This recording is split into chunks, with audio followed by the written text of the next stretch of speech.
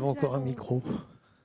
Nous allons, pour conclure cette journée, passer à une table ronde dont vous voyez la question qui est volontairement ouverte et un peu provocatrice, question qui a été dans les points que Julien aussi nous a exposés. Demain, tous experts, donc autour de cette table ronde pour tenter d'y répondre, eh bien, nous allons accueillir des intervenants donc, issus de l'industrie, de la recherche et de la formation pour croiser tous les regards sur l'évolution de l'expertise face à l'IA. Alors, cette table ronde elle va être animée par Michel Polacco, que je vais aussi présenter en quelques mots. Donc, Michel, tu es journaliste spécialisé en aéronautique, défense et espace. Tu as plus de 50 ans de carrière dans les médias, auteur de nombreux ouvrages, pilote professionnel aussi, et tu es une voix reconnue de l'aéronautique. Ton dernier ouvrage porte aussi et retrace toute l'histoire et l'avenir de la compagnie Hispano-Suiza, qui est donc aujourd'hui Safran Transmission Système. Safran Transmission Système, on n'a plus le droit de dire Hispano-Suiza. C'est ça, absolument. Et c'est toi qui vas donc animer cette table ronde et dont je vais appeler nos différents intervenants. Christine Balaguet, donc, qui est professeure à l'Institut Mines Télécom Business School, donc la business school du groupe Institut Mines Télécom, qui compte aussi 7 écoles d'ingénieurs. Christine est spécialiste de l'intelligence artificielle responsable, des risques informationnels et de la transformation des métiers. Christine, vous êtes aussi fondatrice du réseau Good in Tech, ancienne vice-présidente du Conseil national du numérique, et vous avez contribué activement aux réflexions nationales et internationales sur le numérique éthique et sur son impact sur la société. Bienvenue. J'accueille également Imed Boukzala, qui est parmi nous. Imed, qui est donc directeur de l'NCA, donc une école d'ingénieurs qui est à Évry, donc en région parisienne. Donc, Imed est professeur en système d'information, en plus de sa casquette de directeur. Vous pouvez vous asseoir. Oui, vous pouvez vous asseoir, absolument. Donc, Imed est expert des technologies émergentes et de l'intelligence digitale qu'il avait d'ailleurs pas mal développé au sein de notre école AIMT Business School. Dont tu étais l'ancien directeur des études, et tu as conduit donc de nombreux travaux prospectifs sur l'impact du numérique et de l'IA sur la société et dans l'enseignement supérieur. Donc bienvenue à toi également. J'appelle aussi Laurent Domain de l'entreprise Festo France.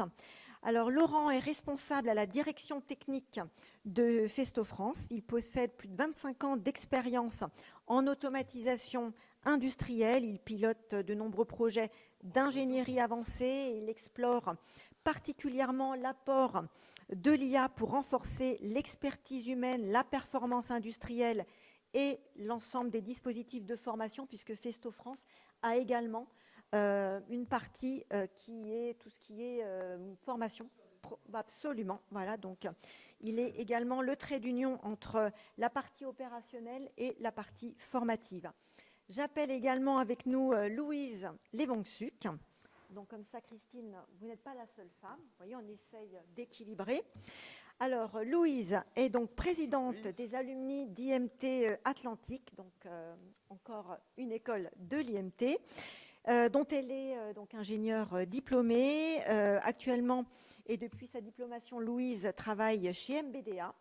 Donc, sur la conception d'algorithmes pour les systèmes d'armes. Elle est, donc, comme je le disais, présidente de l'association des alumni de son école. Elle est aussi membre du conseil d'administration de l'Institut Mines Télécom et elle est engagée activement, je peux en témoigner, pour la transmission des savoirs et la valorisation de l'industrie au sein de son entreprise.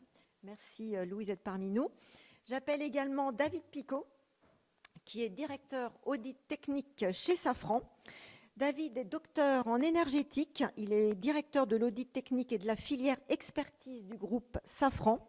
Et fort d'un long parcours en ingénierie et en direction opérationnelle internationale, il œuvre beaucoup à la transformation des organisations et au développement des compétences techniques au service de l'innovation industrielle. Bienvenue David, également parmi nous.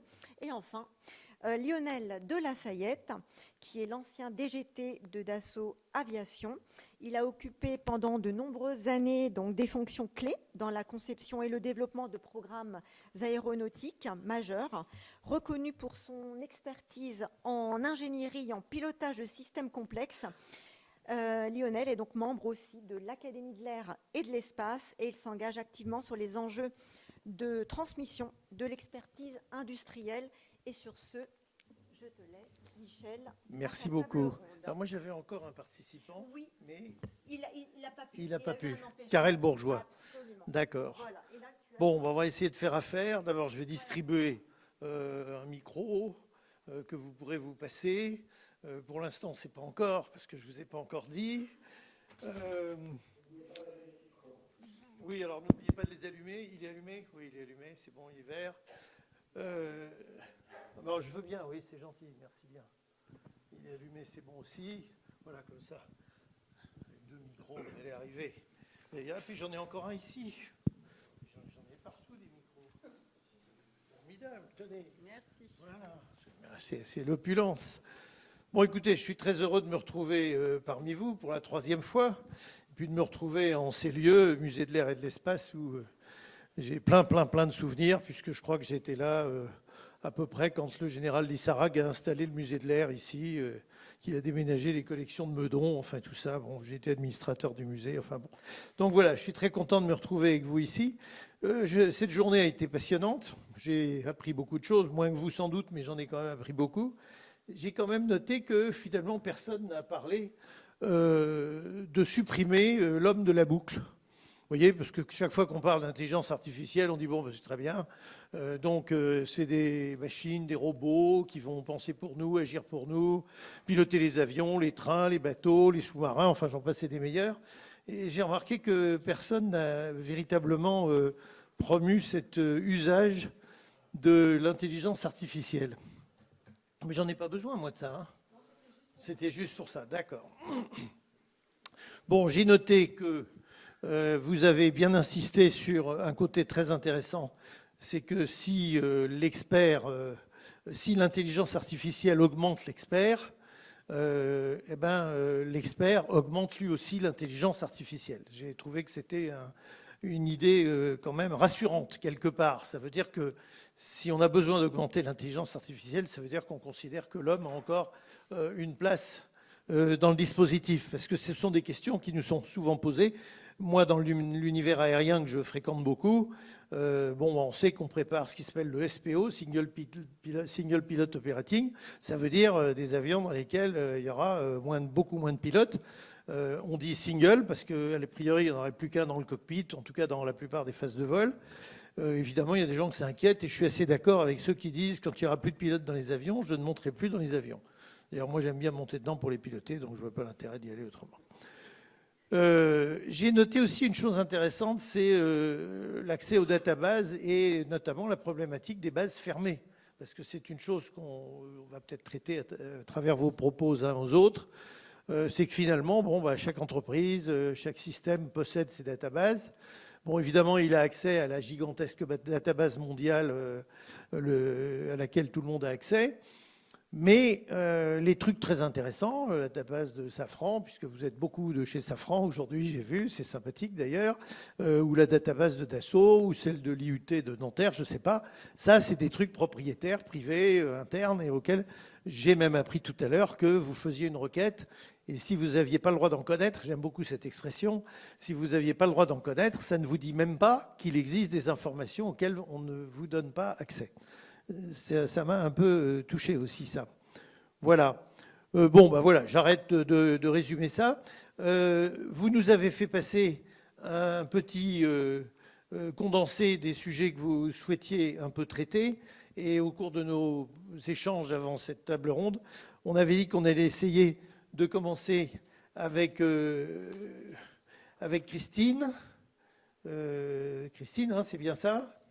Voilà, si vous le voulez, parce qu'on a dit qu'on allait essayer de partir un peu quand même sur quelques idées un petit peu générales sur l'intelligence artificielle, les différentes formes qui existent, des choses comme ça, et puis qu'ensuite vous développeriez vous-même quelques idées que vous souhaitiez développer et que j'ai notées quelque part, mais que je n'ai pas encore retrouvées. Si les voilà. Repenser le concept d'expert, que signifie l'expertise, une approche de l'IA par le management des risques et la formation. Donc je vous donne la parole. Vous avez, on avait dit, je ne sais plus, 7 minutes, 8 minutes, hein, vous êtes 6, donc vous avez un peu plus de temps.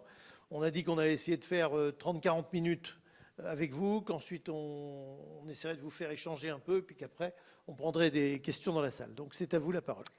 Merci bien, bonjour à tous, bonsoir plutôt. Et donc ce que je voulais partager avec vous, c'est un peu les travaux que je mène et juste par rapport aux différentes interventions que j'ai entendues, peut-être une première remarque qui est effectivement, on parle de l'IA tout le temps, en général. Et on sait bien, et vous le savez chacun d'entre vous, que derrière l'IA, eh bien, il y a des systèmes tout à fait différents. Donc ça, c'est ma première remarque.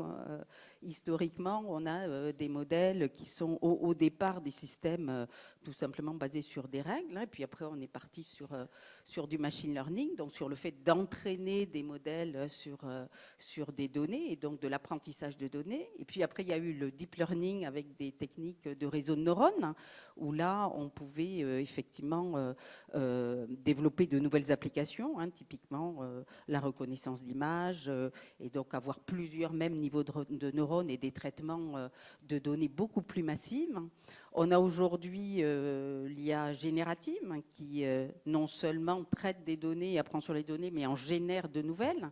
Donc là, on est passé à un niveau de paramètres et de nombre de paramètres par modèle qui est complètement, enfin, qui est considérable, hein, avec plusieurs milliards de paramètres pour entraîner ces modèles d'IA générative. Donc, voilà, juste pour dire en introduction que finalement, on mélange un peu, lorsqu'on parle d'IA, des systèmes et des modèles, y compris des modèles mathématiques derrière, qui n'ont rien à voir. Et donc, je pense qu'il faut spécifier systématiquement, lorsqu'on parle d'IA, de quel type de modèle on parle. Un modèle de machine learning n'a rien à voir avec un modèle d'IA générative aujourd'hui. Et donc, ça n'a pas les mêmes conséquences en termes de biais, en termes évidemment de qualité aussi des modèles. Ça, c'est ma première remarque. La deuxième remarque que je ferai, peut-être, c'est de me tourner vers la régulation européenne qui s'appelle l'IACT, qui normalement est prévue pour 2026, qui probablement va plutôt arriver en 2027. Mais si vous regardez la manière dont la Commission européenne définit l'IA dans la loi, elle ne parle pas de l'IA en général, elle parle de système d'IA. Et alors, pourquoi il y a cette notion de système d'IA? Ça a été poussé par un certain nombre de groupes, dont certains dont j'ai fait partie, mais l'idée de parler de SIA plutôt que d'IA, c'est cette idée de dire l'IA n'est pas quelque chose de totalement non maîtrisable. Hein. Un système d'IA, c'est un programme informatique, c'est un code fabriqué par des humains, qui à un moment donné peut arriver à prendre une décision seul si on le paramètre de cette manière-là, mais étant donné que c'est un système qui est créé par des humains, eh bien, on a aussi le contrôle sur ce système. Et donc, vous verrez que dans la loi, c'est très intéressant, cette idée de dire le système d'IA est quelque chose que l'on peut contrôler, donc que l'on peut réguler. Et effectivement, on sort de cet imaginaire autour de l'IA dont vous parliez tout à l'heure, qui peut remplacer l'humain, qui effectivement mène à des imaginaires du futur qui sont totalement rocambolesques par rapport à ce que l'on peut faire aujourd'hui avec de l'IA et avec la technique de l'IA actuelle, y compris avec de l'IA générative. Et dernier peut-être point aussi intéressant, c'est que on a eu... je ne sais pas si vous savez pourquoi l'IA s'appelle intelligence artificielle. Eh bien, ce mot intelligence artificielle, il a été donné par des scientifiques dans les années 50, hein, donc c'est très très ancien. Et en fait, ils ont essayé de trouver ce terme. Pourquoi? Parce qu'ils n'avaient aucun budget de recherche à l'époque. Et donc, c'est une appellation un peu, entre guillemets, marketing qu'ils ont trouvé en essayant d'utiliser un mot qui génère chez des financeurs potentiels une réaction, justement, qui est intelligence artificielle.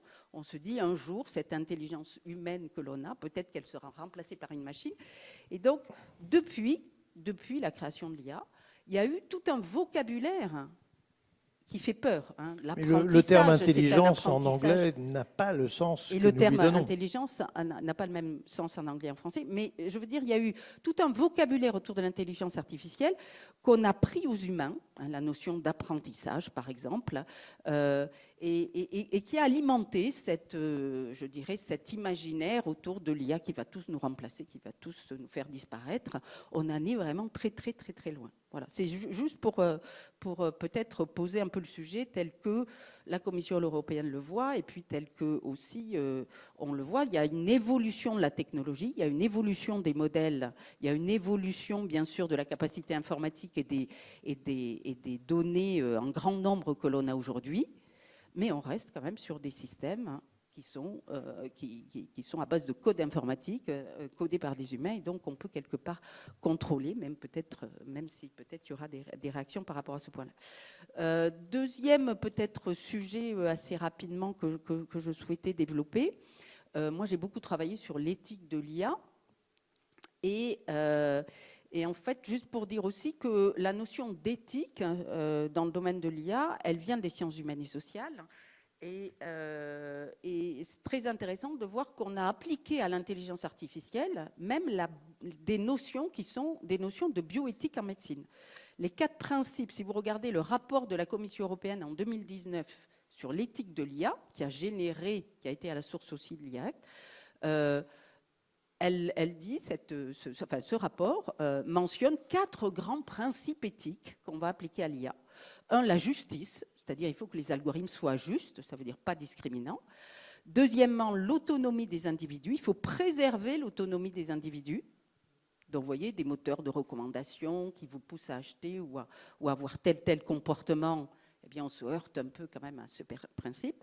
Il faut, troisième grand principe de la beneficence en anglais, ça veut dire de la valeur ajoutée, il faut apporter une valeur ajoutée, mais ça n'est pas suffisant, il faut éviter de nuire aux individus, à l'environnement ou à des organisations. Et donc, évidemment, ces grands principes éthiques, donc il y a eu énormément de travaux entre... moi, je fais partie de la CERNA depuis 2014, on travaille sur ces questions d'éthique de l'IA, pendant une dizaine d'années, jusqu'à il y a 2-3 ans, où on s'est quand même dit, mais finalement, opérationnellement, maintenant, dans les organisations, c'est bien gentil de parler d'algorithmes justes, mais comment on fait concrètement pour avoir des algorithmes non discriminants et appliquer tous ces principes éthiques. Et donc, je reprends l'IA Act, qui me semble quand même être intéressant en termes de façon dont s'est construit cette régulation. L'IA Act a introduit une notion très opérationnelle, qui est la notion de risque. Donc, on ne va pas regarder l'éthique de l'IA, on va, de manière très opérationnelle, regarder quels sont les risques des applications de l'IA, et en fonction du niveau de risque, là, la régulation met des contraintes ou pas sur ces systèmes. Et en particulier, dans le domaine de la santé, dans le domaine des ressources humaines, quasiment tous les systèmes relèvent de la catégorie à haut risque, et donc ont plein de contraintes. Et j'ai travaillé avec Ahmad Haïdar et puis un certain nombre de chercheurs de l'équipe Good in Tech depuis 2-3 ans sur qu'est-ce que ça veut dire les risques de l'IA, comment on peut les mesurer et comment on peut introduire de manière très opérationnelle, non pas ces grandes questions éthiques, mais du management des risques. Alors il y a plein de secteurs sur lesquels on connaît les risques depuis longtemps. L'aviation en est un, le transport en est un en général. On ne fait pas des TGV sans aujourd'hui savoir quand même en mesurer aussi les risques. Et on voit qu'on s'en sort très bien en France là-dessus. Il y a le nucléaire, il y a le domaine de la finance. Il y a des algorithmes de haute fréquence en finance. Ça fait très longtemps que les assureurs ne travaillent que sur les risques. Donc, ce n'est pas quelque chose de tout à fait nouveau, tout ça. Et donc, il y a, sur ces questions donc, d'éthique de l'IA, aujourd'hui, une manière assez opérationnelle d'implémenter aussi des solutions au sein des organisations, qui est de regarder simplement cette question de management des risques. Donc, de mesurer les risques potentiels, les risques réels. Nous, on a travaillé sur des bases de données de risques réels de l'IA, de risques avérés, dans un certain nombre de secteurs. Donc, il faut mesurer ces risques et puis mettre en place des solutions qui sont des managements de risques qui existent dans plein de secteurs. Voilà, je m'arrête là. Déjà, très bien. Écoutez, merci beaucoup. C'était très intéressant. En plus, ce sont des choses qu'on n'a pas abordées pendant la journée, donc vous nous apportez. Alors, je crois que maintenant, c'est Imed Bougzala, qui prend la parole. Et nous, on avait dit que vous êtes patron le directeur d'une école d'ingénieurs, donc évidemment, c'est un point de vue qui va nous intéresser très hautement sur tout ce qui a pu être dit aujourd'hui et sur les remarques que vous pourriez ajouter. Je vois que votre chronomètre est parti, alors allez-y, top. Merci pour cette invitation. Bonsoir à toutes et à tous. Effectivement, je vais vous parler d'un certain nombre de points sur lesquels moi, c'est-à-dire j'ai cumulé un certain nombre pas d'expertise, mais en tout cas d'idées en tant que prof, mais en tant que chercheur, mais aussi aujourd'hui en tant que directeur d'une école et auparavant en tant que directeur des formations. Alors, je rejoins Christine sur l'IA. L'IA, c'est un concept fourre-tout. On met dedans chacun, c'est-à-dire on parle de l'IA comme si c'était quelque chose qu'on voit, etc. En réalité, c'est juste une représentation de notre raisonnement humain jusqu'à aujourd'hui, parce que je ne sais pas dans 50 ans ce que ça va devenir l'IA. On parle de l'IA forte, etc. Qui pourrait peut-être nous dépasser, parce que l'IA, la force de l'IA. Moi, j'ai fait ma thèse en IA et je pensais avant, c'est-à-dire au temps que on passait en tant que doctorant dans un laboratoire à attendre la compilation d'un algorithme, aujourd'hui en quelques secondes. Aujourd'hui, il faut dire que les algorithmes sont très, c'est-à-dire puissants, la capacité de calcul aujourd'hui elle est énorme, la capacité de stockage aussi, donc tout ça fait qu'aujourd'hui on a des performances incroyables. Donc moi, la question de l'IA, donc je ne vais pas reprendre parce qu'il faut vraiment plus qu'une table ronde pour différencier l'IA générative de l'IA agentique, etc. Moi, j'ai fait sur les systèmes multi-agents et je vois que ça n'a rien à voir. Mais en tout cas, ce qu'il faut retenir, c'est au final, le point de départ, c'est un raisonnement humain. Sauf que quand on fait plusieurs combinaisons et plusieurs c'est-à-dire matchage entre l'intelligence de l'un et de l'autre, ça fait que c'est très puissant. L'être humain ne peut pas se rappeler de tout, l'IA se rappelle de tout. Donc voilà. Donc par contre, moi je me pose la question toujours, c'est-à-dire l'être humain, quelle est sa place? Et donc c'est pour ça, et comme l'a dit Martine dans l'introduction, c'est-à-dire je me suis beaucoup intéressé à l'intelligence digitale, qui est humaine. Ça veut dire cette capacité à l'être humain d'être toujours il a toujours la possibilité d'apprendre, de s'approprier, de mobiliser, d'innover avec les technologies qui vont émerger. Aujourd'hui, on parle de l'IA, demain, je pense qu'on va parler d'autres choses, notamment de la quantique, etc., et d'autres choses. Il y a quelques années, l'IA, moi, à mon époque, il y a très longtemps, l'IA, c'était quelque chose qu'il ne faut pas prononcer parce que vous ne trouvez pas de poste si vous dites que vous avez fait une thèse en IA. Donc pour vous dire, le plus important aujourd'hui, c'est d'être justement en capacité de s'approprier quelle que soit la technologie. Et c'est ce que je dis à mes élèves ingénieurs. En fait, il faut toujours prendre du recul pour comprendre n'importe quelle technologie et être plutôt dans une logique, c'est-à-dire de leader du progrès et non pas un suiveur qui va en fait tout le temps courir, etc. Et beaucoup de gens parlaient tout à l'heure de l'expertise. Qu'est-ce que ça veut dire demain? Moi, je pense que, et ça a été abordé par un collègue tout à l'heure, en fait, il faut toujours être c'est-à-dire dans une niche, toujours en avance d'un point de vue expertise, dans ce qu'on sait faire. Le codage d'aujourd'hui, peut-être ne sert à rien parce que l'IA va le faire. Mais l'IA, le système IA, c'est l'être humain qui l'a. Donc ça, c'est la première chose. Donc moi, je privilégie beaucoup plus l'intelligence digitale au sens humain, au sens organisation, au sens société, à s'emparer de ces technologies. Aujourd'hui, si je n'ai pas un smartphone, je ne peux pas me garer à Paris. Ça change tellement. En fait, aujourd'hui, si je ne sais pas tout le système d'étiquetage dans les aéroports, c'est-à-dire on doit être toujours en capacité. Après, à une dimension, il faut être efficace dans son usage de ces technologies. Il faut être aussi responsable, et ça, il y a un côté éthique, parce qu'on peut être avec une technologie comme ça, on peut, c'est-à-dire si c'est juste un besoin de créer de la richesse, on peut faire de la richesse, mais passer, c'est-à-dire sur des terrains qui ne sont pas du tout éthiques, et puis durables. Et je termine par un autre sujet qui me tient à cœur, parce que je me pose la question avec les élèves, et hier soir, on avait un débat dans l'école, et j'avais toujours cette conviction, c'est qu'en fait, aujourd'hui, on parle souvent, beaucoup de fois de apprendre à apprendre, mais en fait, on apprend toujours aux élèves des connaissances, du contenu, mais on ne leur apprend pas comment apprendre.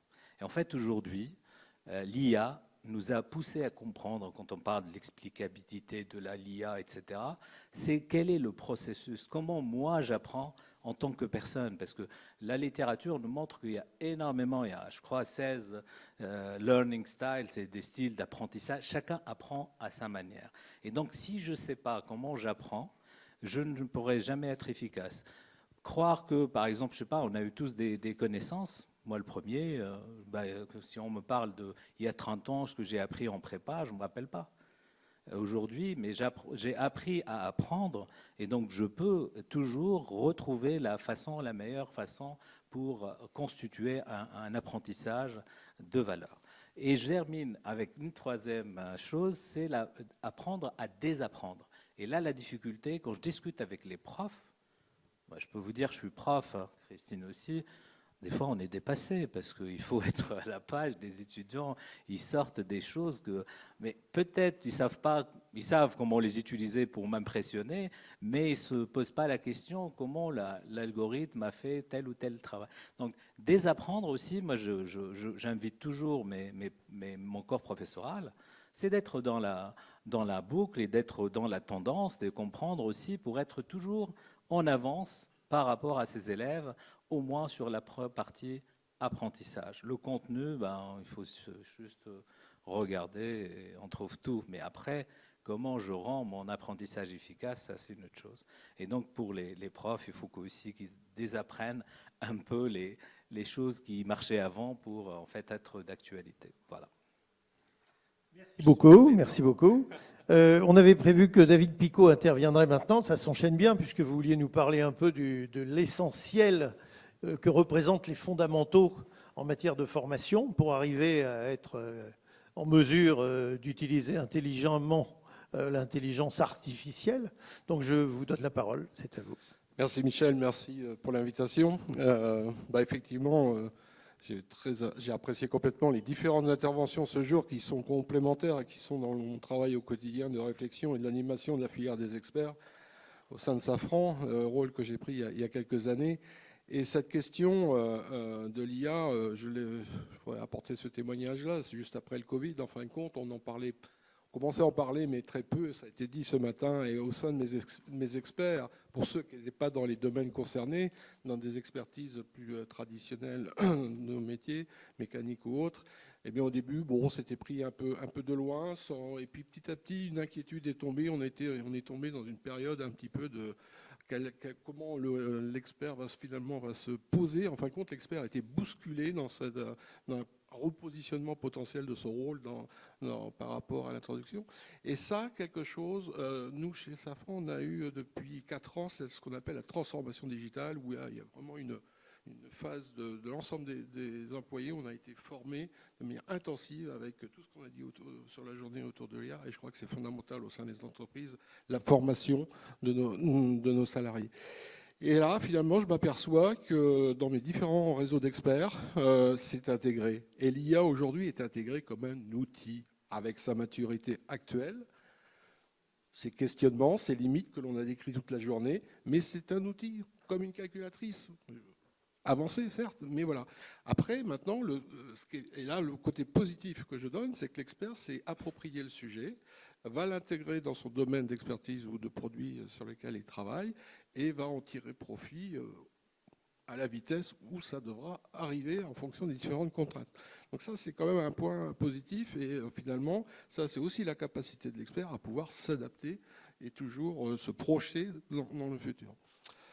Donc ça, c'est un point positif. Après, notre inquiétude, il y a la question de l'expert de demain, les jeunes qui vont arriver, les futurs experts de demain.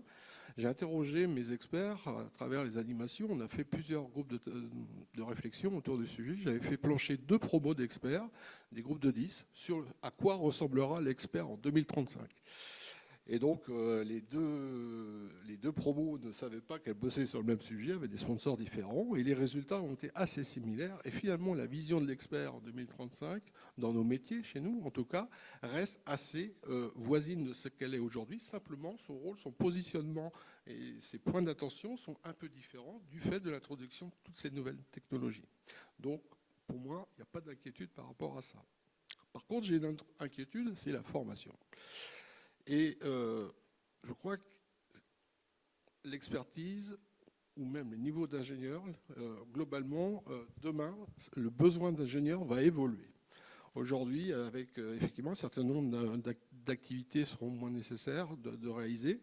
Et donc, ça va être beaucoup plus dur. L'accès, le besoin d'ingénieurs de très haut niveau va augmenter.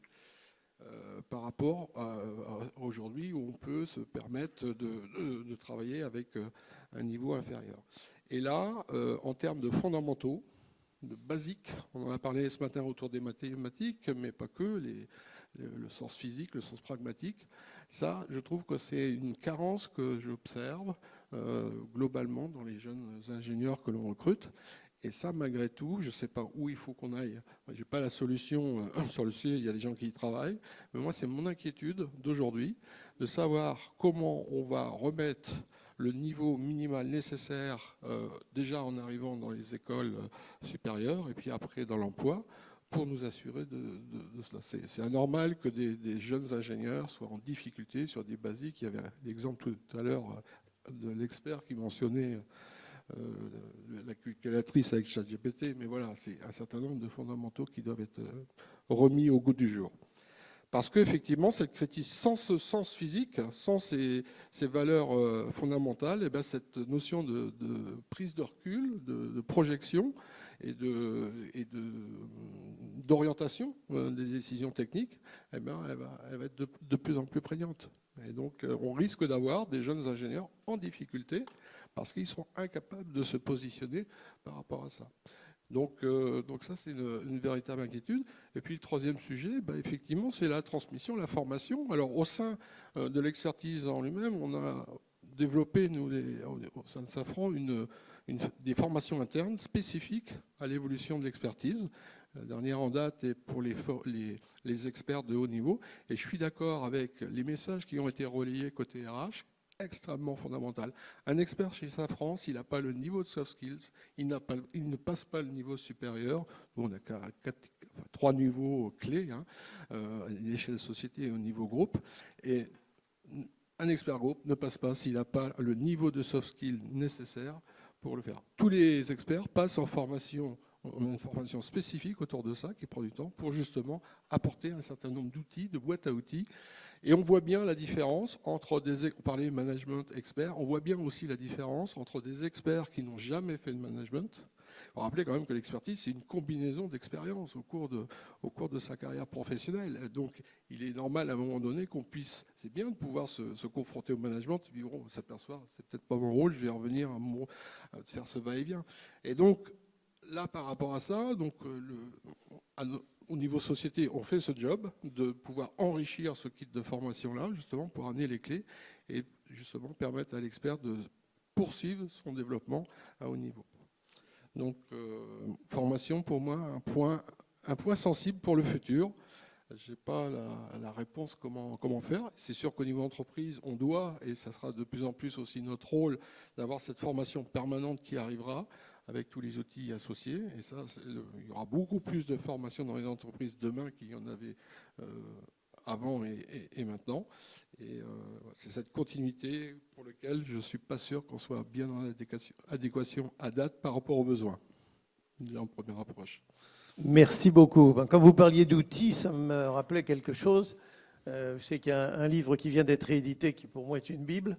Vous parliez de l'outil. Bon, Saint-Exupéry, dans Terre des Hommes, disait l'avion est un outil comme le soc de la charrue est un outil qui rassemble les hommes, etc. Et donc, c'est un nouvel outil qui manifestement est arrivé et qui manifestement a de l'influence, puisque je vois qu'il y a quand même une rigueur peut-être un peu nouvelle sur la gestion des experts avec cette arrivée de l'intelligence artificielle qui oblige sans doute à ne pas rester, on va dire, dans le train-train de la vie, de la promotion, des systèmes, des sociétés. Ça, c'est clair. De toute façon, l'expert, il faut le challenger en permanence. Et il adore, en fin de compte, se faire challenger, comme tout ingénieur, comme tout technique. Mais encore plus avec tous ces nouveaux outils qu'il faut s'approprier, dompter, et pas se disperser. Donc, moi, mon meilleur conseil aux jeunes qui rentrent dans la vie professionnelle, eh bien, c'est garder cette curiosité technique, scientifique, la développer, et pas se faire... comment dire, aveuglé par tout ce qu'on peut dire autour. Il y a un effet médiatique très fort aujourd'hui. On est emprisonné par cet effet médiatique. Est-ce qu'il va retomber? Est-ce qu'il va augmenter? On ne sait pas. Mais restons sur notre cap, restons les pieds sur terre et on doit faire des produits. Aujourd'hui, on a les outils et puis cultivons d'abord Merci. ce sérieux. Louise, c'est à vous d'intervenir maintenant. Donc vous êtes on peut dire une pratiquante. Là, vous êtes chez MBDA. Comme dirait l'autre, l'utilisation des systèmes experts, je voyais tout à l'heure, les systèmes d'armes, etc. On est dans le complexe, on est dans le lourd, là, on est dans le pratique, hein, dans l'opérationnel. Je vous laisse la parole. Merci beaucoup. En effet, au sein de l'entreprise et puis de manière générale, on en a parlé tout au long de la journée, il y a la question d'une IA pour accompagner les experts. Et le sujet que je voulais aborder a été évoqué en filigrane, mais c'est la question de la data. Alors, mes collègues ont pu aborder l'accessibilité, est-ce qu'on a accès ou pas à la donnée. Je voulais aussi aborder l'axe de est-ce que cette donnée existe. Est-ce qu'on a la donnée et la qualité de données associées avec la labellisation, etc. Et en parlant de est-ce que les données existent, on fait beaucoup de rapports, on rédige énormément. Les ingénieurs, même s'ils n'aiment pas ça, finalement le font assez régulièrement. On rédige quand ça marche. Et l'expert, c'est aussi celui qui, par toutes ses expériences, comme vous l'avez dit, au sein de l'entreprise, se rappelle quand on n'a pas réussi. Et se rappelle que peut-être à un moment donné, on a fait un petit quelque chose dans la précipitation, sur un terrain d'essai, à 2 jours de livrer, pour que ça marche. Et cette question-là de comment on le trace et est-ce que l'IA va pouvoir l'accompagner est pour moi fondamentale. Parce que faire une IA pour donner que les bonnes réponses et se rappeler de comment ça a bien marché permettra pas forcément demain de comprendre pourquoi on a quelque chose qui ne marche pas. Donc pour moi, il y a un vrai enjeu autour de la donnée et du fait de se rappeler qu'on n'a pas toutes les données, qu'on ne trace pas tout. Et on pourra faire des efforts, je pense qu'on n'arrivera jamais à tout écrire, ou on a pu l'évoquer des fois sur les pauses aujourd'hui, à tout enregistrer, parce qu'il y a plus d'une chose des fois qui ne se décide pas forcément autour d'une table de réunion, mais plus à la machine à café ou comme j'ai dit sur le terrain d'essai. Donc pour moi, c'est un vrai enjeu qui est double, cette prise de conscience, et puis aussi une réflexion qui peut être culturelle sur la gestion des échecs et la traçabilité de ces échecs-là qu'on peut avoir des fois un peu de mal à faire en tant que Français. Donc c'est un sujet qui me tenait particulièrement à cœur. Pour en revenir sur le sujet de la formation, en effet, il y a une vraie question qui se pose aujourd'hui au sein des établissements, des écoles d'ingénieurs notamment, de se dire à quoi on forme. Et il y a une vraie question aussi de la part des élèves à avoir, de se dire est-ce que j'accepte de faire des choses que quelque chose d'autre va faire plus rapidement? Et on l'a évoqué aujourd'hui, je pense que la réponse est oui, il faut faire pour comprendre ce qui est fait, mais encore une fois, il faut faire pour comprendre les erreurs qui vont être faites. Parce que l'IA ne réussit pas forcément, elle va faire des erreurs. Encore une fois, si je l'ai déjà fait, la fois d'après, je pourrais voir plus rapidement les erreurs qui seront faites. Donc, pour moi, la question du savoir-faire est au cœur de la notion de l'expert de demain. C'est plus la question du savoir. Il y a une époque où c'était important d'avoir un expert qui savait qu'une formule existait, qui savait qu'une donnée existait. quoique sur la question des données, comme on l'a dit, ça peut toujours être important, mais en tout cas, l'expert, c'est celui qui va savoir que c'est la bonne formule, et plus si cette donnée existe. Donc c'était les réflexions que je voulais vous partager autour de cette qualité de données, parce qu'on pourra choisir tout un tas de modèles. Je fais confiance à toutes les personnes qui font de la recherche sur ces sujets-là, et en France, on reste quand même un pays qui met un certain nombre de moyens sur le sujet. On trouvera des modèles pour faire des choses des données qu'on a. Par contre, si on n'a pas les données, ça reste beaucoup plus compliqué. Merci. Laurent Daumain, si vous êtes d'accord, si vous êtes présent, voilà, c'est très bien. Bon, vous nous parliez, enfin quand on a échangé ensemble, vous aviez notamment une préoccupation, c'était celle du remplacement des experts, si d'aventure ça devait quelque part inclure une diminution du nombre d'experts, ou le remplacement des experts qui partent, etc. Alors moi, effectivement, moi je ne suis pas un expert moi-même. Moi, je suis un manager qui a embauché effectivement des experts au sein de ses équipes. Mais avant de rentrer sur le terrain de l'interne, je voudrais quand même vous partager quand même un regard par rapport à l'industrie, puisque ça fait moi plus de 25 ans que je suis dans une entreprise industrielle et je rencontre très régulièrement plein de clients de taille, je vais appeler intermédiaire, ou de petites entreprises. Et je ne vais pas vous cacher, ils sont perdus avec l'IA. Aujourd'hui, il y a un vrai problème d'acculturation à l'IA. Une entreprise de taille intermédiaire n'a pas forcément les capacités des grands groupes à pouvoir absorber tout ça. Ils ont des difficultés à se poser les questions. Ils sont challengés par des clients qui leur disent « faites-moi comme ça, faites-moi des machines de plus en plus intelligentes bien qui comme puissent ça, faire des choses. » comme moi. Sauf que le diagnostic de comment le faire, comment les accompagner, comment accompagner ces entreprises de taille intermédiaire est vraiment quelque chose aujourd'hui très difficile. Donc nous, on travaille ces sujets avec eux. On essaie de les accompagner avec nos experts, c'est pour ça que je reviendrai à nos experts internes. On travaille aussi sur la notion de jumeaux numériques, puisqu'on est dans une période où il va y avoir une accélération dans le développement de l'outil industriel. Il faut bien voir une chose, c'est que 30, 40 ans en arrière, le développement d'une ligne automobile, c'était 5 ans. L'enjeu aujourd'hui, c'est de faire un projet Scratch en moins de 18 mois. Et imaginez bien, pour faire ça, il va falloir avoir des experts, des ingénieurs assistés. Et donc là, il y a un véritable enjeu que tout, c'est pour ça que je reviens sur les entreprises de taille intermédiaire, que tous les acteurs s'alignent aussi. Et là, aujourd'hui, il faut absolument qu'on trouve les moyens d'accompagner. Je sais qu'avec Martine, ça a été un des sujets qu'on a eu l'occasion de travailler, accompagner les entreprises de taille intermédiaire, parce qu'aujourd'hui, elles ne sont pas prêtes. Pour en revenir, nous, à l'interne, et sur la notion de nos experts, moi, j'ai toujours à cœur, là, dans mes recrutements, d'avoir des ingénieurs que je recrute sur les soft skills. C'est-à-dire que moi, ce que je vais rechercher avant tout, c'est des gens passionnés et des gens curieux. Des gens qui vont s'auto-motiver par rapport au challenge que moi, je souhaite leur fournir. Je souhaite les challenger sur des éléments de développement.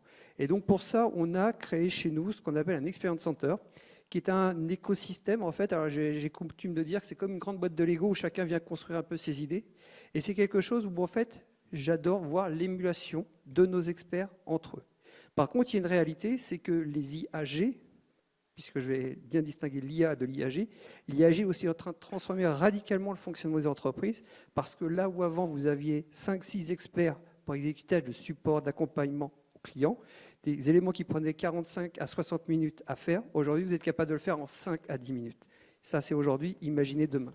Donc là toutes les entreprises actuellement de l'industrie sont dans des transformations très fortes, très puissantes, qui nécessitent de se réinventer, de recréer de nouveaux écosystèmes, de savoir aussi comment les experts, on va les faire évoluer vers des systèmes dans lesquels ils vont se sentir confortables et d'être en capacité de préparer le développement des savoirs dont nous aurons besoin demain. Donc c'est pour ça que je vous parlais des jumeaux numériques. Nous ne sommes qu'un petit maillon au sein de quelque chose de beaucoup plus large, mais on s'intéresse très fortement à ça parce que l'industrie européenne va se transformer à travers ces vecteurs-là. Donc voilà, je vous partage un peu ce regard d'une entreprise de taille intermédiaire qui voit beaucoup d'entreprises et qui voit les transformations, les challenges, les difficultés, et aussi comment les experts qui vont intégrer ces entreprises vont devoir aussi accompagner le développement de l'entreprise en ayant des soft skills, on va dire, d'auto-apprentissage et de passion.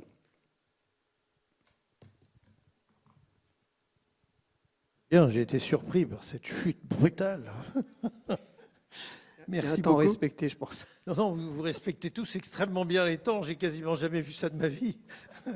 C'est parfait. On est parti en retard. Nécessaire. On est déjà en avance. Mais ça Avec va, Martine, on a discuté presque 3 quarts d'heure. Donc Bon, alors, on va terminer sur un sujet qu'on n'a pas trop abordé, sinon avec vous tout à l'heure. L'éthique, Lionel de la Sayette. Parce que je crois que tu voulais justement aborder cette question. Alors, nous nous adaptons tous en temps réel, Michel, merci bien, puisque nous sommes, je crois, au 22e qui prend la parole, et la compétition avec le match de rugby qui est à 21h10 va devenir prégnante. Alors, j'en viens donc à cette heure-ci à des tips and tricks, comme diraient les Anglais. Éthique, oui, mais comme vous en avez beaucoup parlé, je vais plus insister sur les bonnes pratiques et sur ce que moi j'appelle le GBS, c'est-à-dire le grand bon sens. Ça, c'est bien le grand bon sens, GBS. C'est pour ne pas se perdre. Alors, en matière de bonnes pratiques, on va couper de façon simple entre conception et puis utilisation opérationnelle. En conception, ça a été dit, mais je crois qu'il faut réinsister.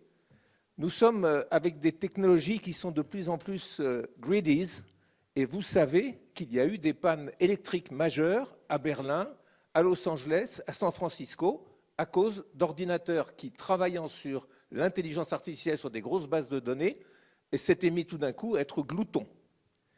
Donc quand on parle d'AI dans des entreprises, et notamment les AI propriétaires, je pense qu'on sait en France se débrouiller avec les autorités qui conviennent pour être aussi indépendant que possible et avec un travail de partitioning, de répartition des calculs et de répartition des fonctions qui fait que même si c'est du chat GPT, on ne va pas mettre à genoux la Lozère. Alors, il y a une entreprise qui s'appelle Amazon qui, je crois, vient de racheter la centrale de Three Mile Island aux États-Unis pour pouvoir se fournir en électricité. Oui, alors tu vois, ça ne va si pas forcément dans le bon sens, à mon avis. Ouais. Non, parce qu'on dit aussi qu'il va falloir installer les databases dans l'espace pour qu'elles puissent s'alimenter en électricité directement depuis les étoiles. Effectivement, oui. Hein? Absolument. De toute façon, peut-être encore pragmatique aussi, on n'en a pas beaucoup parlé aujourd'hui, ce sont les cyberattaques. Quand on construit une architecture d'un nouveau système d'information au sens large dans une entreprise, on commence par là. Et ce n'est pas forcément très français.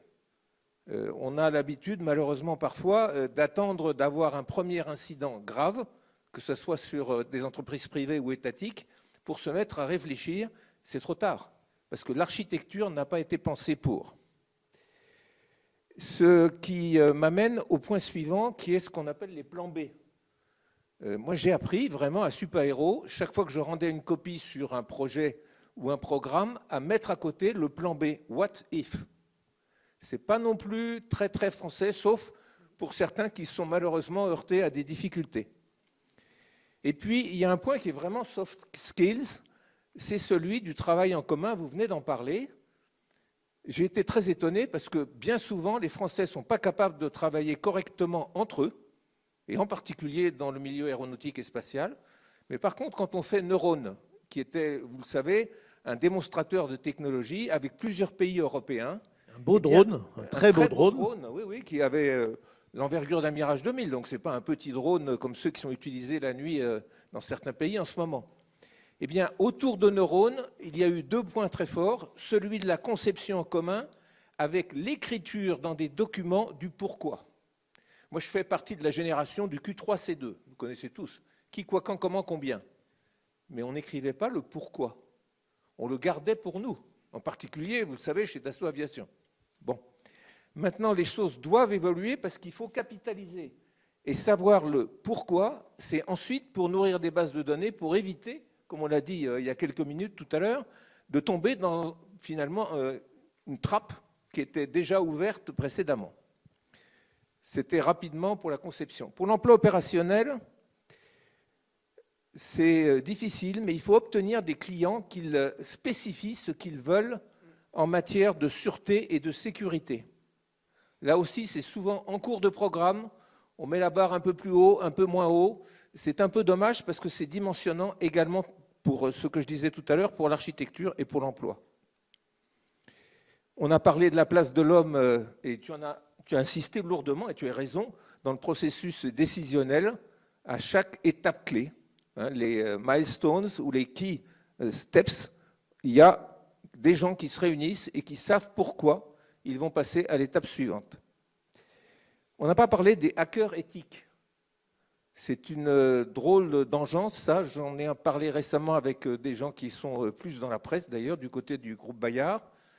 Il faut avoir des hackers en qui on a confiance et qui cherchent à rentrer dans vos systèmes régulièrement. Régulièrement, c'est au moins 2 fois par an. Et ce n'est pas très habituel aussi en France que de donner les résultats. Mais il faut les partager avec les gens qui sont dans, vous l'avez dit tout à l'heure, le réseau de confiance. Parce qu'on ne va pas tous, côté Safran, Thales, etc., Airbus, MBDA, Dassault Aviation, faire la même chose. Ça n'a aucun intérêt. Il faut partager parce qu'on est dans l'équipe France, là.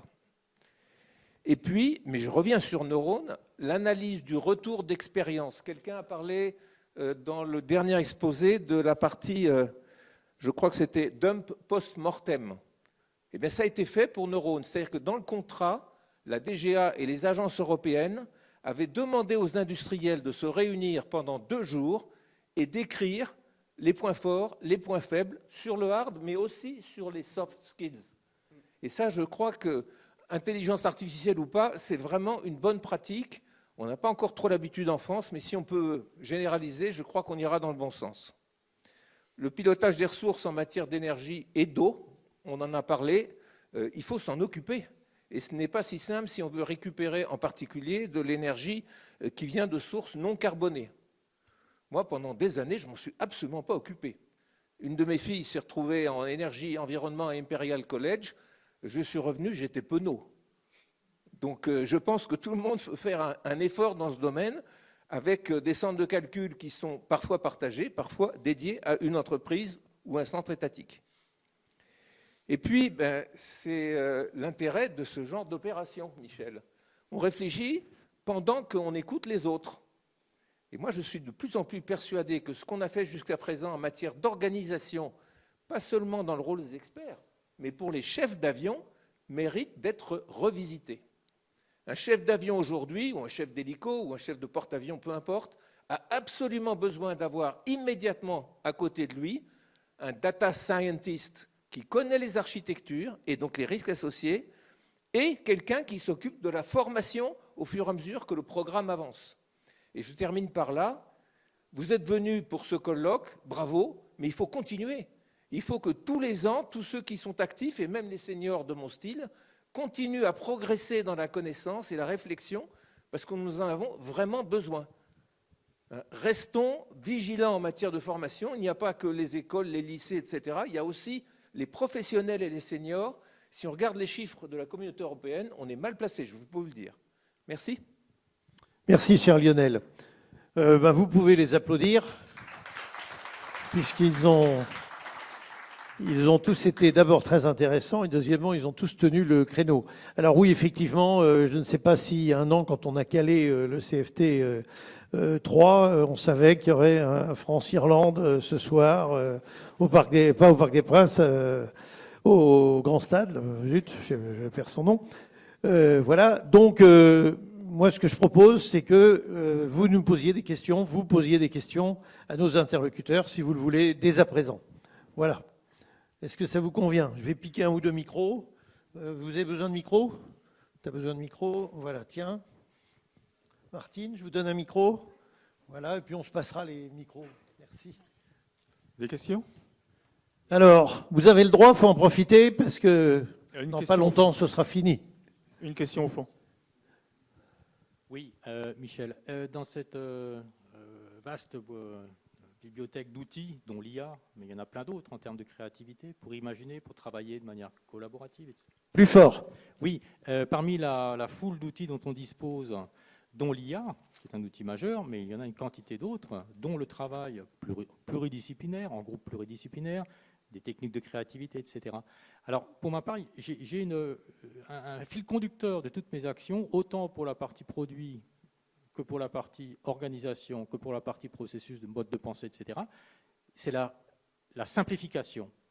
En ce sens, ça me paraît une clé essentielle pour être compétitif. Et d'où ma question, au vu des différents débats qu'il y a eu aujourd'hui, les différents exposés, j'ai des fois le sentiment, voire l'intime conviction, que cette espèce d'hypercomplexité dans laquelle on s'engage, autant dans les modes de pensée que dans les produits qui sont conçus. On a parlé des voitures, certes, on réduit le temps de production, de conception, mais bon, le rapport est peut-être pas aussi grand que ça, mais ça me paraît, on l'a très sensiblement réduit, mais la fiabilité des voitures modernes est aujourd'hui désastreuse. Alors c'est multifactoriel, plus il y a de composants, plus on a des chances de panne, mais il est clair que les tests ne sont plus faits comme à l'époque.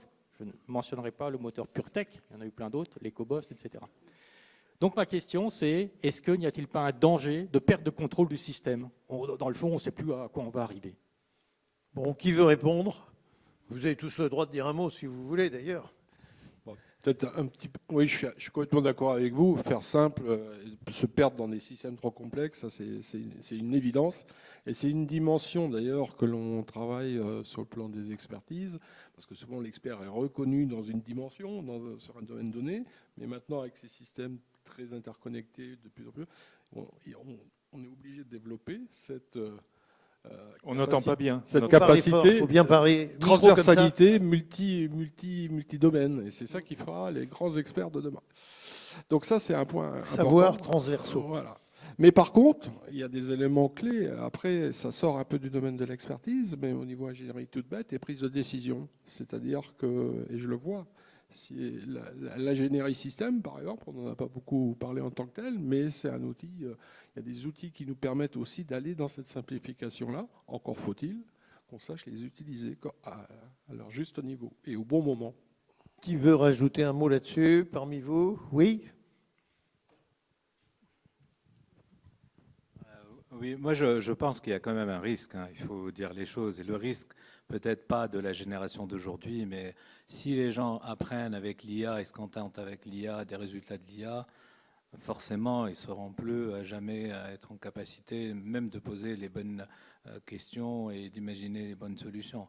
Donc en fait, en réalité, ça rejoint ce que je disais tout à l'heure, c'est-à-dire cette réflexivité, c'est toujours de non seulement se contenter de comprendre, c'est-à-dire de ce que dit l'IA, mais d'un peu la challenger et de faire le reverse engineering. Et c'est à ça que les ingénieurs doivent être toujours, c'est-à-dire en avance. Nous, par exemple, je parle de notre école, je vois même d'autres façons d'apprendre, c'est de leur donner une solution qui ne marche pas et de voir pourquoi ça ne marche pas, etc. Ou par exemple, de donner de challenger l'IA à fond pour la pousser à son bout. Donc en fait, aujourd'hui, c'est ce sens critique qu'il ne faut jamais perdre. Sinon, en fait, si on s'habitue, c'est comme à utiliser un GPS. Moi, avant, Paris, je la connais par cœur. Aujourd'hui, s'il n'y a pas de GPS, déjà par paresse, je me dis oui, je vais perdre du temps et je n'ai plus le même repère de Montparnasse, de je ne sais pas quoi, etc. En fait, on devient dépendant. Et le pire, ce n'est pas ceux qui ont connu sans le GPS, mais ceux qui n'ont jamais connu le GPS, ils n'ont connu que le GPS. Et donc, du coup, ils ne savent pas faire autrement. C'est vrai, on trouve ça partout. Vous voulez reprendre la parole, mais parlez bien, le micro droit devant la bouche, parce que sinon on ne vous entend pas. Michel, il y avait juste la continuité si je peux me des permettre, réponses. pour revenir à un sujet par rapport à nos experts chez nous, l'Experience Center, c'est le lieu où ils veulent mettre les mains dedans. C'est le lieu où ils se challengent les uns avec les autres. C'est-à-dire que les experts viennent créer des scénarios de défaillance pour d'autres experts pour voir comment ils sont capables d'appréhender des situations. Et pour moi, il faut créer des écosystèmes où les experts mettent les mains dedans et que les jeunes puissent apprendre, qu'ils puissent se challenger. Sans quoi, sinon, les savoirs vont se perdre et ne vont plus se transmettre. Il y avait Christine juste qui voulait... Allez-y. J'avais deux remarques par rapport à ça. Le premier, c'est bien près de la bouche. La première, c'est cette question de simplification. Effectivement, la simplification extrême, c'est de tout donner à la machine et que la machine fasse le traitement dans sa totalité. Ce qu'on constate aujourd'hui, c'est qu'on a un gain de productivité quand même très très important. Et il se trouve, je suis aussi au comité d'éthique de la défense et on a travaillé sur les systèmes d'armes autonomes où là, en fait, on peut avoir un système d'armes qui va tuer des gens de manière tout à fait autonome, et c'est des systèmes qui existent. Et donc, on s'est posé la question mais finalement, c'est quoi la question derrière éthique? Est-ce que c'est mieux de simplifier, d'avoir un système autonome d'armes létales, ou est-ce qu'il faut réfléchir à la question? Et donc, on a rendu un rapport que vous pouvez lire, un rapport très conséquent qui a été d'ailleurs la position de la France après au niveau international. Et donc, ce qui est très intéressant, c'est quand on simplifie au maximum, c'était mon point surtout que je voulais développer, finalement, la solution, c'est de remettre de l'humain. Et c'est de remettre de l'humain en l'occurrence dans l'armée, avec toute une chaîne de commandement et de responsabilité de la chaîne de commandement par rapport à un système qui automatise au maximum cette décision. Et deuxième remarque, on a le même phénomène sur l'expertise. Pour moi, effectivement, les experts vont automatiser une bonne partie de leur travail, malgré tout. Voilà, il va y avoir un gain de temps monumental, comme dans plein de fonctions, et on mesure déjà ça. Hein, avec l'IA, c'est 30%, 40% selon les secteurs de gain de productivité. Mais de mon point de vue, on va aussi fabriquer, et peut-être ça sera le rôle de l'expert, ça j'en sais rien, des vérificateurs. Il y aura des vérificateurs sur tout ce que va sortir l'IA, en tout cas lorsque ça touche des domaines stratégiques. Et notamment, il y a un élément majeur, c'est lorsqu'une expertise sert à une prise de décision. Si cette prise de décision, elle est stratégique, et si on la base sur l'IA, eh bien là, il y aura des vérificateurs humains, et donc on en revient à une chaîne humaine. Et finalement, le meilleur des systèmes, c'est simplifier au maximum avec une machine. Le meilleur des systèmes, c'est de prendre la double intelligence, si je puis dire, c'est-à-dire l'automatisation au maximum possible par la machine, mais l'apport humain pour ne pas faire d'erreur. Voilà. Oui. Toujours votre question, oui, toujours valable? Oui, en complément. Alors, il y a deux choses qui m'ont interpellé. Vous avez parlé de prise de décision 3 fois oui, en précisant que ça n'a aucun sens de chercher à choisir entre A et B si on n'a pas eu réussi à imaginer un tas de solutions qu'on a dans notre dos, mais qu'on n'a pas imaginé. Donc, je veux dire que ça n'a pas de sens de chercher à choisir. Donc, c'est quand même très important d'essayer d'être exhaustif en amont de la prise de décision. Et après aussi le cahier des charges. Et là, on en arrive à la simplification. Quand je parle de simplification, c'est toujours un cahier des charges constant. Ce n'est pas dégrader le produit. Et là, pour ma part, je peux vous montrer quantité d'exemples où les groupes projets ont imaginé des solutions disruptives, des inventions que je pense aujourd'hui sont totalement hors de portée de l'IA. C'est totalement disruptif. Et parmi ces solutions, bien sûr, il y a de la simplification à outrance, donc le résultat est totalement surprenant. Voilà. Mais là, j'ai pas posé de question. Vous avez bien compris ce qu'il a dit? Moi non plus. Je vous ai dit, il faut parler fort dans le micro, sinon on ne comprend rien. Bon, donc vous avez deux solutions. Vous répétez une question très courte, voilà. On passe à autre chose. Non, mais je crois qu'en 2 mots, en amont de la... Mais parlez fort, s'il ouais, vous plaît. En amont du choix de solutions, qu'elles soient des choix de solutions liées à l'organisation, liées aux produits, liées aux méthodes, aux processus, peu importe, l'important c'est d'être en phase d'avoir imaginé le maximum de solutions, d'être exhaustif en termes de solutions imaginées. Sinon ça n'a pas de sens chercher à choisir si on n'a pas été exhaustif. Si on va choisir une solution et 6 mois après on se dit j'ai une idée géniale, mais on a déployé tous les moyens, on ne peut plus reculer. Voilà. Donc ça, c'était un des aspects. Et quant à la simplification, c'était vraiment un cahier des charges constant. Hein, donc c'était dans cet esprit-là. Et là, on s'aperçoit qu'avec des méthodes dont l'IA peut être un outil, mais ce n'est qu'un outil, il y en a plein d'autres, on peut arriver à des résultats scotchants en termes de réduction des coûts. Ok, arrêtez-vous, parce que là, vous nous faites un discours et on n'entend que la moitié. Voilà. Est-ce que vous avez bien compris? Simplification, je sais pas, vous avez un peu prépigé? Non? Oui? Vous voulez répondre? Vous voulez intervenir? On va dire que vous avez émis les propos que vous souhaitiez que tout le monde entende. Oui, ben je sais bien, mais que voulez-vous que j'y fasse, moi? Voilà, oui, moi, tout le monde m'entend. Vous voyez, hein? Bon. Est-ce qu'il y a d'autres questions? C'est un truc de tenir un micro, c'est bête, et voilà.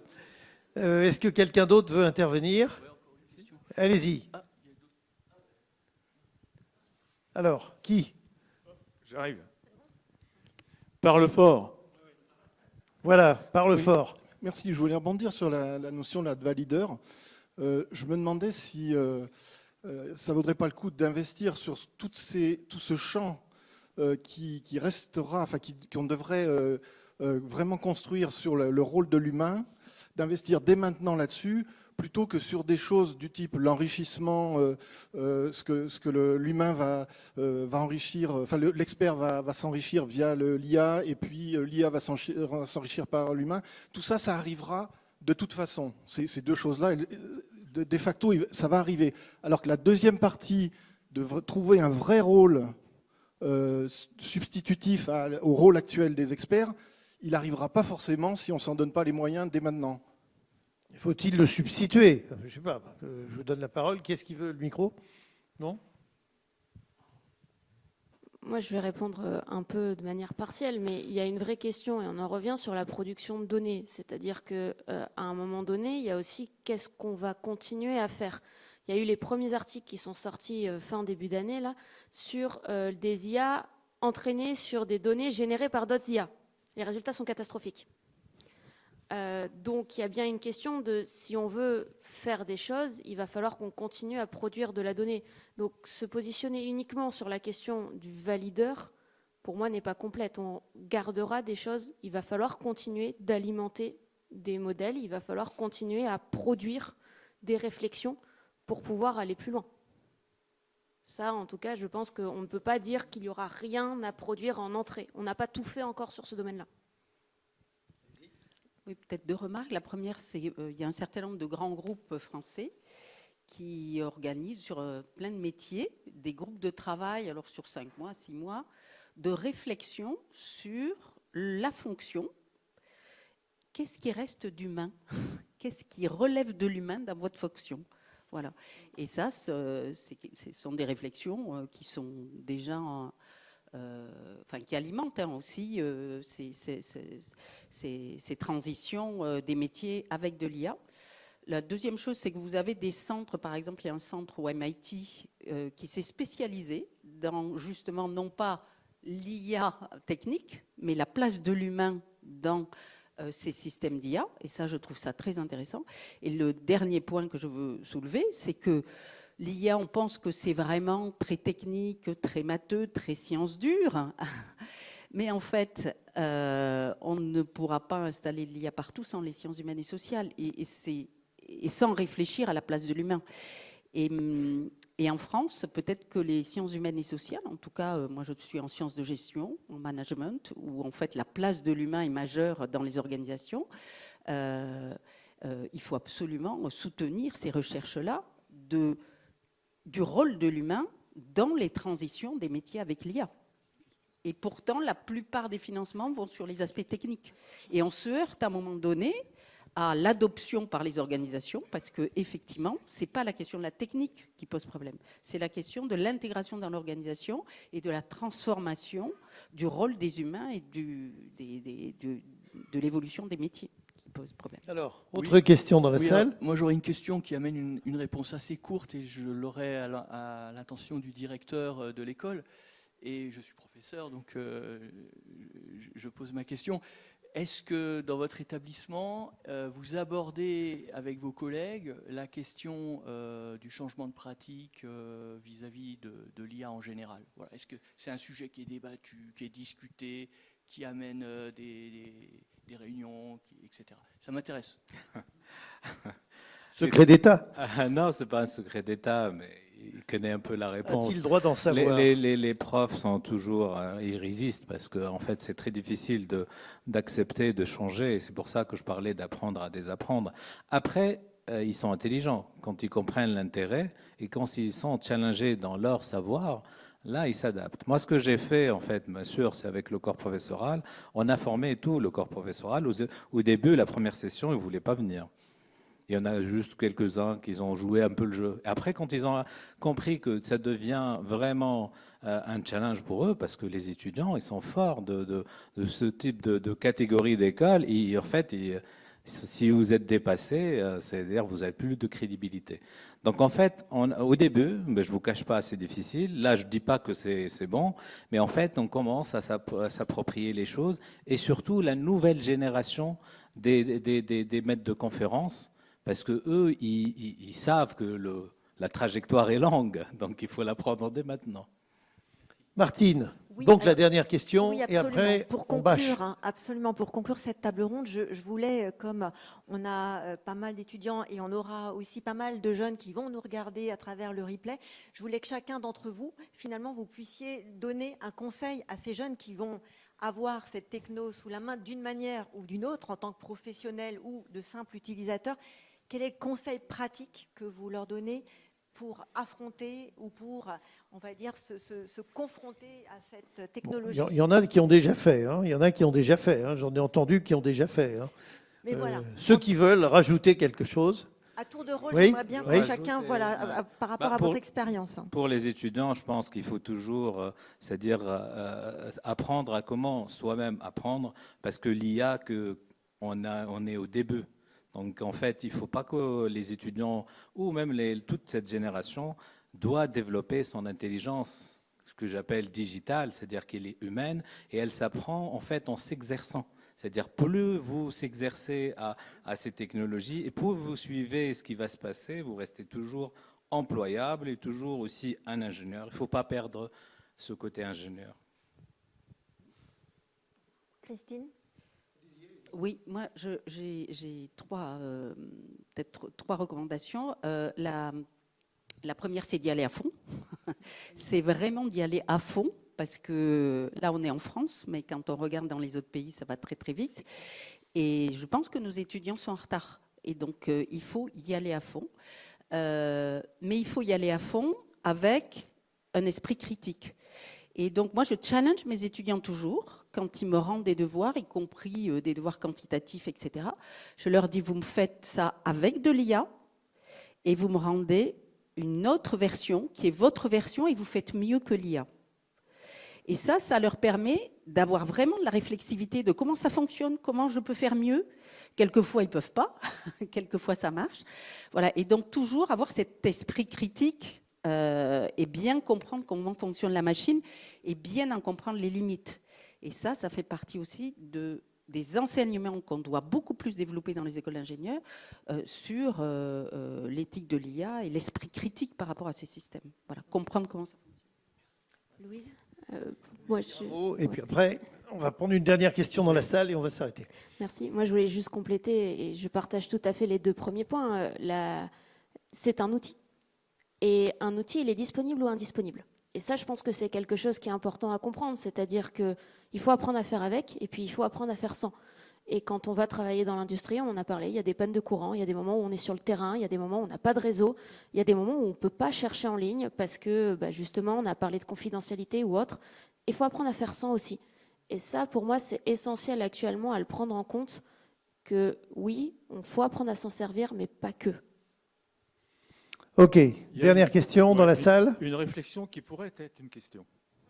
Une réflexion qui pourrait être une question. Alors réfléchissez. Oui, voilà. Donnez-nous cette réflexion. Alors, je ne sais pas, je ne suis pas journaliste, j'espère que vous m'entendez là, c'est bien. On vous entend très bien, mais il n'y a pas besoin d'être journaliste pour être entendu. Il suffit de parler dans le micro.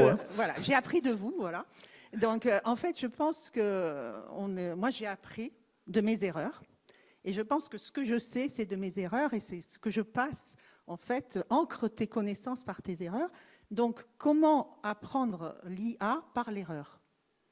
Voilà, c'est comment l'apprentissage de l'IA, ça soit par l'erreur et pas justement peut-être faire avec, puisqu'on a la solution directe. Alors vous avez répondu parce que faites votre avec l'IA et sans IA, mais essaye de comment transmettre l'IA par l'erreur. En fait. Moi, je pense que la question que vous posez, c'est un authentique débat. Oui, voilà. Parce que l'apprentissage par l'erreur, sérieusement, on peut passer 2 heures dessus. Non, mais c'est pour, je ne suis pas sûr que... Vous voyez, non, on a encore 2 minutes. C'était une réflexion, donc, comme dire. Je ne suis pas sûr que ce soit le bon moment.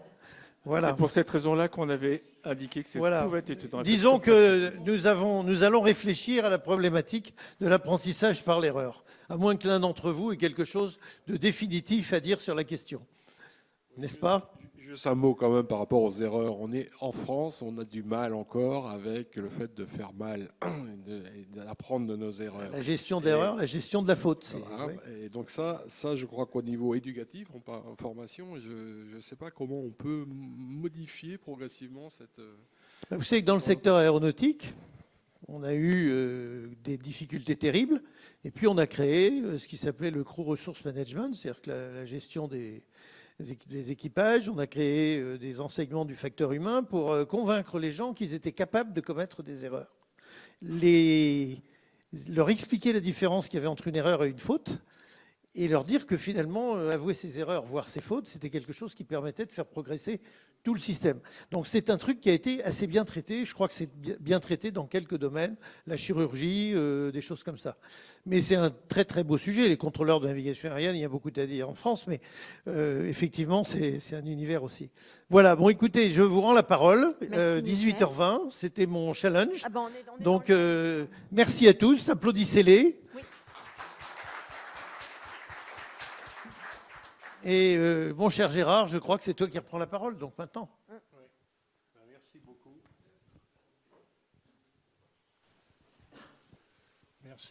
Merci à tous. On va faire quelque chose de rapide maintenant. Donc, l'idée, c'était de faire les conclusions. C'est Bruno Sirio qui va nous dire 2 mots et quelques mots-clés qu'il a entendus dans la journée. Quelques mots-clés. 3 minutes. Alors, traditionnellement, effectivement, on conclut en essayant de résumer. Ah, pardon.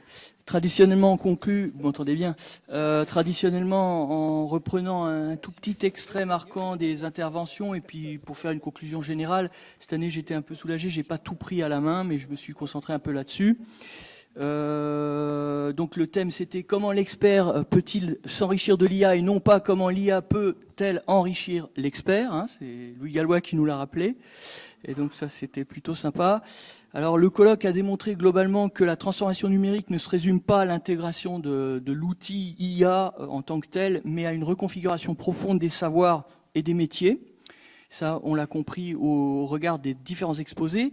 Louis Gallois nous a rappelé de l'importance pour la France de la réindustrialisation, de sa réindustrialisation, notamment pour combler notre déficit commercial, qu'il a évalué certainement très justement, c'est un grand patron français, à 80 milliards d'euros, donc on a du travail. Et notamment, et c'est ça qui est plutôt intéressant pour la jeunesse, et puis peut-être aussi pour nous, en insistant bien que ça pourrait se faire que par la R&D. Il a rappelé que pour cela, il faut absolument maintenir le niveau de mathématiques et adapter les universités à la formation numérique. Bon, on a vu qu'il y avait du chemin à faire de ce point de vue-là. L'objectif est de refaire de la France, pour lui, un pays de chercheurs, a-t-il dit, et de producteurs. Ce sont ses mots. Voilà, donc souhaitons qu'on prenne cette direction. Patrick Tégédor nous a exposé la définition de l'expert dans l'entreprise. Il a exposé et principalement ouvert son exposé au regard des réflexions qu'il a portées en conclusion sur le futur de l'expert, notamment de son attractivité. On s'interroge beaucoup dans les entreprises. Et comment l'entreprise prépare-t-elle les départs à la retraite? C'est un vrai sujet. L'insertion des nouvelles générations, il a posé également cette question en s'interrogeant sur quelles seraient les technologies qui vont faire évoluer le modèle de la filière de l'expert. Alors, Antoine Couret, Guillaume Saez ont mis les mains dans le cambouis. Ils nous ont accompagnés pour les mettre, en tout cas. Ils nous ont expliqué ce qu'il y avait au cœur d'une IA. Notamment, on a pu voir qu'il y avait même dans les IA de physique les fameux transformers. Et aussi, ils nous ont expliqué le workflow pour produire et déployer une application d'IA. Et on a pu voir que ce n'est pas si incompréhensible que ça. Au retour du repas, les exposés des différents experts, alors là, j'espère que j'oublie personne, Christophe Perel, Maxime Leroche, Daniel Duclos et Christian Ray, ainsi que Christophe Guettier et Samuel Ibon. Donc, c'était des exposés à double intervenant. Nous ont exposé les visions de l'IA, leur vision de l'IA au sein de l'entreprise, des entreprises majeures de l'industrie française, Safran, MBDA, Alstom. Ils nous ont permis de comprendre concrètement que ce que l'on peut espérer d'une IA de confiance, ce qu'on peut en attendre d'une IA de confiance, notamment en termes de sécurité, mais surtout, ils ont commencé à présenter l'IA Act et l'impact de cet acte européen sur les entreprises. Et aussi, ce qui a été fort intéressant, ils ont présenté des cas d'usage de l'IA. Ils nous ont aussi présenté comment l'IA contribuait, comment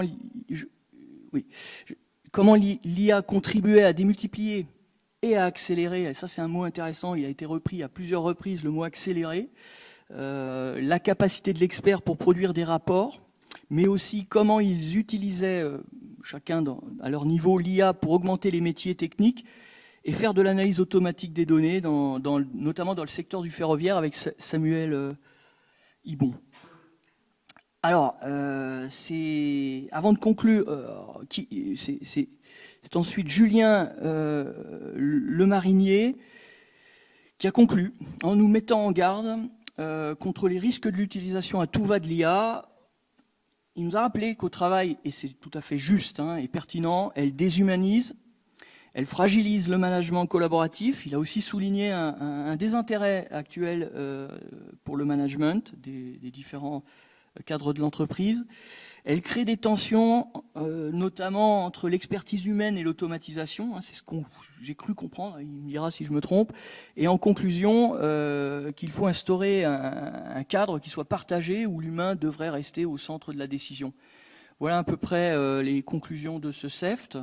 Je sais pas, j'ai passé 3 minutes, mais je voulais également ajouter quelque chose qui me paraît important et qui est apparemment assez peu connu sur l'identité numérique que chacun a et que chacun a le devoir, à mon avis, de vérifier. Et pourquoi vérifier cette identité numérique? Parce qu'elle induit un biais dans vos interactions à l'IA, qui est le contexte. Alors le contexte, c'est pas le contexte au sens j'écris une lettre et voilà le contexte, etc. C'est vraiment quelque chose qui est une mémoire qui s'ajoute au prompt. C'est-à-dire quand vous saisissez dans un chatbot une question, même ailleurs, et il y a très peu d'entreprises dans le monde qui produisent des IA, et elles sont souvent très couplées via des providers d'IA qui finalement regroupent tout ça. Et j'invite chacun ici à poser la question à son IA favorite, que sais-tu de moi? Tout simplement. Et si vous avez une IA américaine, sachant que les IA américaines, elles souhaitent énormément gagner du temps, et peu d'entre nous s'esquintent à lire les petites choses qui défilent à 2000 à l'heure, et qui est le raisonnement de l'IA, mais la réponse est souvent juste et on s'en contente. Mais si on va se plonger dans ce raisonnement écrit en tout petit, très difficile à capter, mais qu'on peut capter, on peut, je m'y efforce, et qu'on lit, on se rend compte que le raisonnement est complètement farfelu, mais que la réponse est juste. Un des grands leaders de l'IA mondiale a dit, il s'appelle Sam Altman, il a écrit ça, vous le trouverez sur son blog, les IA vous mentent. C'est lui qui l'écrit. Et la contre-mesure pour lutter contre ce mensonge, c'est la confession, le rapport de confession. Certaines IA en sont pourvues. J'invite donc chacun d'entre vous à demander aux IA, c'est ce que j'ai dit à tous mes étudiants, ceux qui sont encore là peuvent en témoigner, dis-moi ce que tu sais sur moi, et ensuite exécutez immédiatement une instruction qui est de lui demander, fais-moi un rapport de confession. Et là, elle vous dira si elle vous ment ou pas. Et pourquoi elle vous dira si elle ment ou pas? Parce que les IA sont récompensées. Pourquoi elle va vite et qu'elle raisonne mal? Si vous lui demandez, fais-moi un rapport de confession sur une réponse juste, il est capable de vous dire, je t'ai menti, je t'ai baladé, etc., croyant que la réponse est fausse alors qu'il pensait vous donner une réponse juste pour économiser de l'énergie. En fait, sachez que elle est récompensée, pas par les pouces, elle est récompensée par le fait que vous posez une autre question qui clôt la réponse précédente. Donc, sachez que si vous lui demandez qui vous êtes, vous allez pouvoir effacer votre identité numérique en lui demandant explicitement d'effacer tout ce qui ne vous plaît pas dans ce qu'elle vous dit. Le rapport de confession est également récompensé au sens de Sam Altman. Vous pouvez trouver l'article, il est compliqué à trouver, mais il existe. Et il vous explique que le rapport de confession, c'est une IA agentique qui est en charge de vérifier, au regard de ce qu'elle vous a, du raisonnement et non pas de la réponse, ce qu'elle vous a répondu, et elle oblige l'IA à répondre juste pour être récompensée. Donc c'est l'alignement, ça s'appelle l'alignement des IA, et j'invite vraiment tout le monde à faire cette chose-là. Ça vous permettra de reconstituer une identité numérique qui vous est propre, et éventuellement de doubler votre identité numérique pour un usage qui serait autre que votre usage professionnel. C'est mon conseil. Merci Bruno. Je voulais dire aussi qu'il y a des initiatives en France de chercheurs qui font signer des pétitions pour de l'IA open source, libre, déconnectée du cloud. Elles passent complètement inaperçues, et je pense qu'elles devraient faire l'objet d'une grande attention de chacun. Merci. Avant d'aller sur l'IA, vous allez déjà sur Internet. Pour les anciens comme moi, vous pourrez déjà découvrir beaucoup de choses, sans avoir jamais rien de marqué. On va conclure. On va conclure avec Martine. Donc en fait, on travaille actuellement sur CEFT 4. Donc CEFT 4, on a 2 mots à vous dire. innovation et invention. Voilà. Donc le prochain thème que l'on vous propose, c'est de voir, justement on en a parlé, le sénateur en a parlé ce matin, en disant que pour évoluer, etc., il fallait inventer, il fallait innover. Donc ça a été dit dès l'introduction par M. Vincent Capo-Canelas et Louis Gallois. Bon, puis je pense que ça a été redit dans la journée. Donc si vous êtes d'accord, on va se réunir. On va prendre la planche suivante. Donc là, on a 3, j'espère que Mathieu est là. Donc là, on a prévu 3 visites du musée, de la galerie, hein, parce que le musée, ça ferait tard dans la nuit. Il y en a un premier qui est la rue Gare du Bourget de 1919 à 1971, avec Mathieu. Je ne sais pas où il est. Il y a une deuxième visite qui est avec Victor Magnier, qui nous en parlera des avions, mais vus de la galerie, c'est-à-dire du premier étage, pour juste voir dessus. Et il y a un troisième exposé qui est fait par Michel Kiefer, qui est l'évolution des critères de qualité des avions.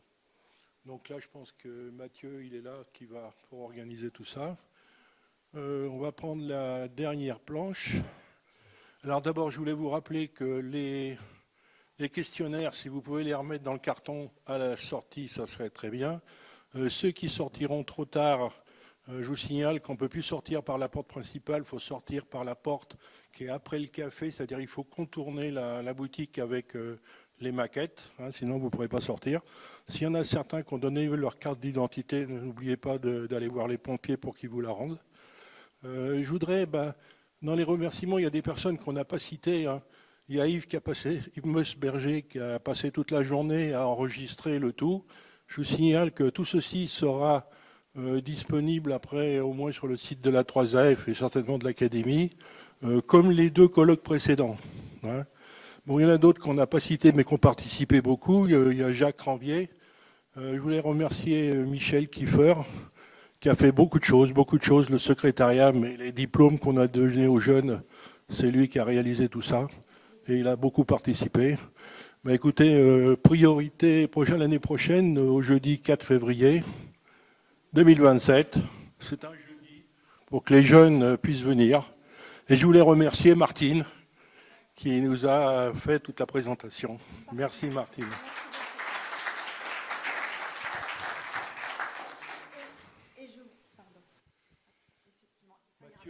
Et je voulais juste remercier Gérard, te remercier également pour cette co-animation et bien sûr tous nos participants, tous nos intervenants, parce que ça a été très riche en termes d'échanges. On a appris plein de choses.